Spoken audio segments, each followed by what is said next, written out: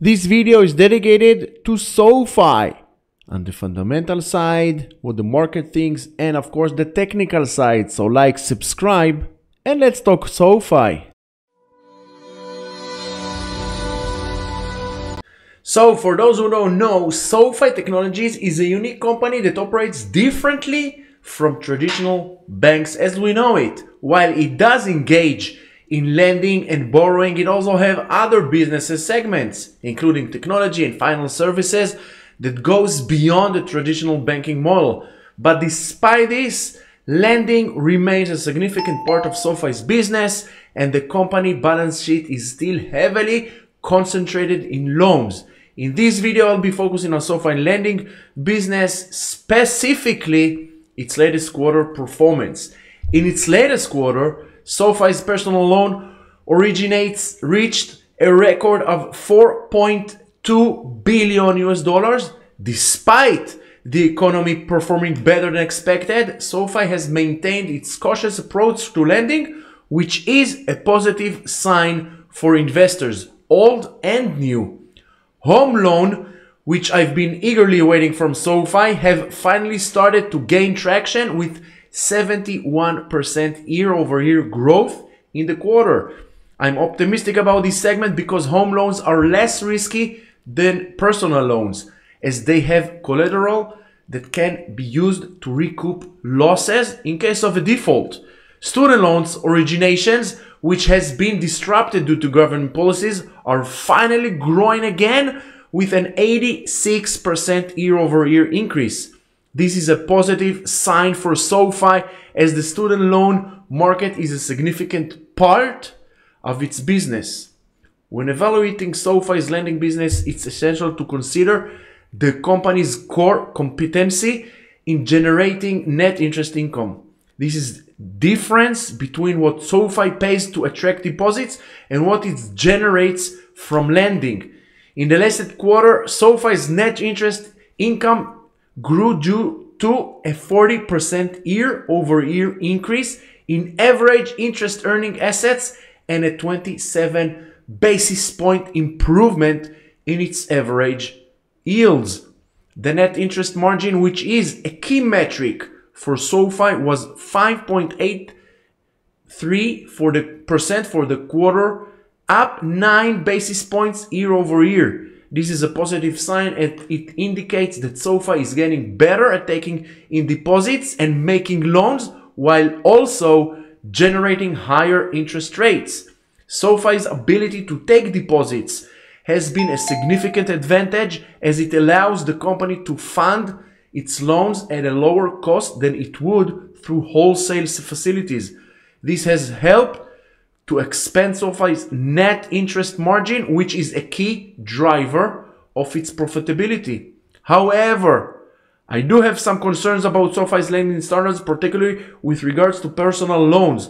While the company highlights its underwriting standards, I'm skeptical about the credit worthiness of some of its borrowers. For example, the average income of SOFI's personal loan borrowers is $168,000 with a weighted average FICO score of 747. While this may seem impressive, I question whether these borrowers are truly good credit risks given their high income and need for a personal loan. Overall, I'm cautiously optimistic about SOFI's lending business, and I believe that the company has a good risk-reward profile for investors. However, I do think that it's essential to be aware of the potential risks and challenges that SOFI faces in its lending business. As a reminder, I have SOFI stock rated as a buy, but I believe that the company has a strong long-term outlook. However, I do think that it's essential to approach investments with a risk-averse mindset, focusing on the potential. And now let's look at SOFI from the technical point of view. So like, subscribe, and let's see the chart. So we'll go over from the monthly, then we will zoom into the weekly, and then we'll zoom into the daily. Let's start with the monthly. As we can see, we have this white trend line that helps us identify a multi-month 13 months of a downtrend since July of 2023. 13 months of a downtrend, while the 630 area is a very important area of support in the past 4 or 5 months. Now, August, we have an engulfing candle, tried to break above this downtrend line, but failed. We will see it in the weekly, how and why it failed.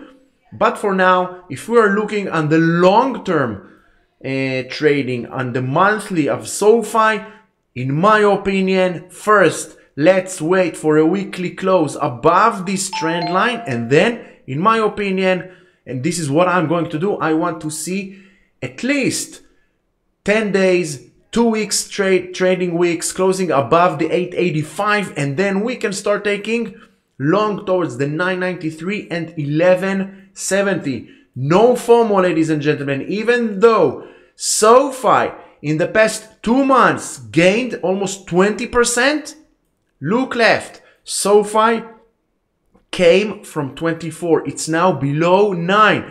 So we do have an upside here. Be cautious. Don't let FOMO kick in. Look at SOFI and them weekly. Same trend line. One time failed last week.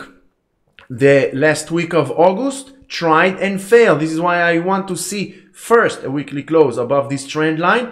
In my preference, I want to see a weekly close above the 825 and then going into 880, above 880 if I'm already long on SOFI above the 825 and it's breaking a weekly break and closing above the 880, then I will reassess and then I will add to this already winning position going into 950 and 1050. This is how it looks on the daily. Same trend line, but this is the weekly point of view. Always zoom in, zoom out, so you will get a better point of view of price action. Let's take the last 21 trading days, and as you can see, let's take the FTI, and as you can see, the FTI works on every time frame. It calculates and recalculates itself. SOFI, now the 830 together with this trend line, very tough resistance. Why we always need to wait for at least 2 candles breaking and closing above a trend line, above a tough resistance? Because look here, it tried, failed. Now Thursday tried, failed, Friday inside candle.